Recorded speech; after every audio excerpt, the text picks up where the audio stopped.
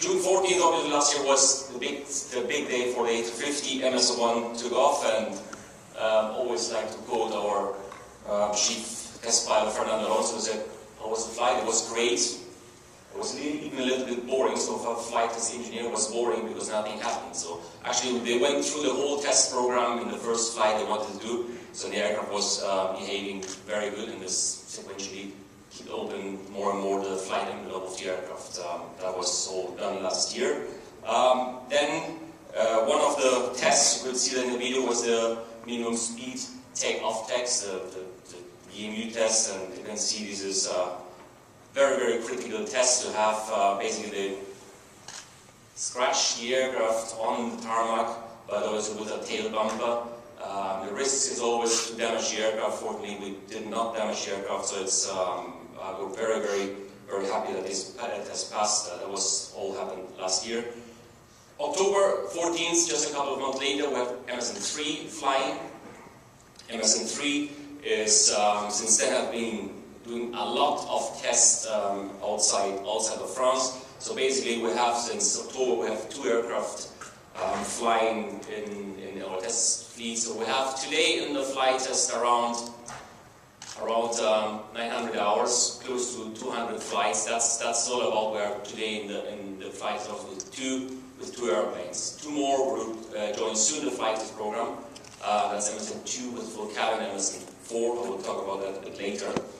MSN3 was in La Paz, Bolivia. They have been doing the high altitude tests there. Very successful on 14,000 feet. Demonstrated the APU, the engine performance, the air conditioning performance. Then they went from the high altitude, they went back to sea level in Fort-de-France in Martinique, where they have made several tests, similar tests on a hot campaign with on sea level. MSN3 was in Canada, and my dear Canadian friends, I really like the country, but I can't. I would make myself ridiculous if I spell the name of it. It's somewhere in the northern territories. I can't just pronounce the name of the city. But it is in Canada, and it's very, very cold. So we went there and had our cold weather test, which we passed very, very well. So basically the cold weather test is you cool down the aircraft way below the freezing point and make sure that all the computers, all the system, all the avionics just reboots afterwards. The engine start, all the aircraft system actually worked on the extreme cold weather conditions.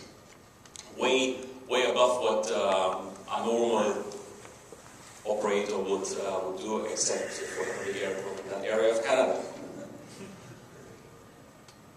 Sum up a bit what was going on in the flight test campaign. Bit of system achievements. We had the systems test performed. We have the ramp and turbine as auxiliary emergency power generator. We made autoland. Actually, we started to make autolands very early after flight number 3. We started to make autolands with the aircraft, which just shows that the aircraft is very from the avionics very mature. We made brake landing gear free fall developed, so you could see that on the video. We made a brake to vacate test. Basically, brake to vacate is a particular Airbus feature where the aircraft actually brakes in accordance to the length of the runway and just on the spot to exit the taxiway. So it's basically optimizing the brake power of the aircraft. We made all the aero configuration. We made the takeoff and climb test in La Paz and all around Toulouse area. Very important test we made as well, the ice shape test, simulating ice shapes around the wings and the flight controls. Successfully passed these tests either. But it started very early, and I want to just highlight that one because we had our engine colleagues here. So the A350, the FTV, or the flying test bed, the engine of the Trent XWB started actually flying more than 1 year before the MSN1 took off. And there was an engine installed on an A380. We flew around 278 flight hours, and the engine had around 380 operating hours as well on test beds. But basically, it was a very successful de-risking of the work in the flight test campaign, and it's behaving excellent. It's really behaving according to what we were expecting. Also, we had this would be the biggest asset in terms of anticipating potential issues. We had this aircraft zero, or the Iron Bird, we used to call it, where all the systems are installed in the test rig, but they're all connected, integrated together to a cockpit, and basically the pilots could fly the aircraft virtually just before, I mean, 6 months, around 6 months, 5 to 6 months before the actual first flight with the real aircraft started. So all that helped a lot to enable maturity at the first flight. So that's why that's one of the reasons why the flight test campaign is actually running very smoothly for now. This was the system side. A great achievement end of last year, it was the successful pass of the 1.5 limit load test. This is basically the wing bending until 1.5 limit load, and I'm glad to show you a video stream of that. Here it comes. On the wingtip, it will have 5 meters of deflection.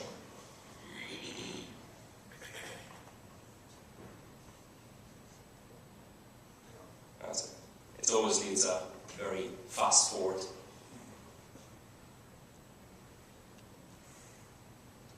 That was the extreme point. So this has been passed. This is a very, very, very important test for the structure, for the integrity of the structure, because it's just demonstrate the integrity of the root joint, of the center wing box, of the wings, and the whole fuselage. On top of that, we are continuing with the fatigue testing in major components up there in Germany, where we're testing the fatigue capability of the aircraft, of the airframe. MSN2. MSN2 is the aircraft with the first cabin. Before installing cabin, we did the same like with the systems on the aircraft zero tester. We did the same for the cabin. In Hamburg, there's basically a full fuselage with a full cabin installed. It's not a full length fuselage, but a full diameter fuselage, so it's basically half of a length of fuselage, but with full cabin systems in it, seats, galleys, lavatories, everything what is needed to operate. And we made we're the first flight from Tenerife to Hamburg, but with real flight attendants. That means with air assembly, playing, trying to mess up with the in-flight entertainment, but with real flight attendants just to demonstrate and to validate the operation of the cabin as well. And we're doing that again more than half a year before the first flight of MSN2, which is the first. These are pictures from MSN2. I'm not going to disclose any new cabin yet, but the cabin is completed. As you can see, that's the rear part of the cabin. These are the lavatories, these are the galleys, the rear part of the rear part of the aircraft after door 4. So everything is fine. The aircraft is due. It's going to fly in the next couple of weeks. So the aircraft is taxiing, is on the flight line. It's going to fly in the next couple of weeks. MSN4 is basically a race between MSN2 and MSN4, who flies first. So MSN4, this was Monday. Monday was a big day in Toulouse because we had the visit of our launch customer, Sheikh Al-Bakr, and he was very, very pleased what he has seen so far with MSN4, and we had decided to paint MSN4 in a hybrid layout with Qatar and Airbus, just to demonstrate the commitment to our launch customers.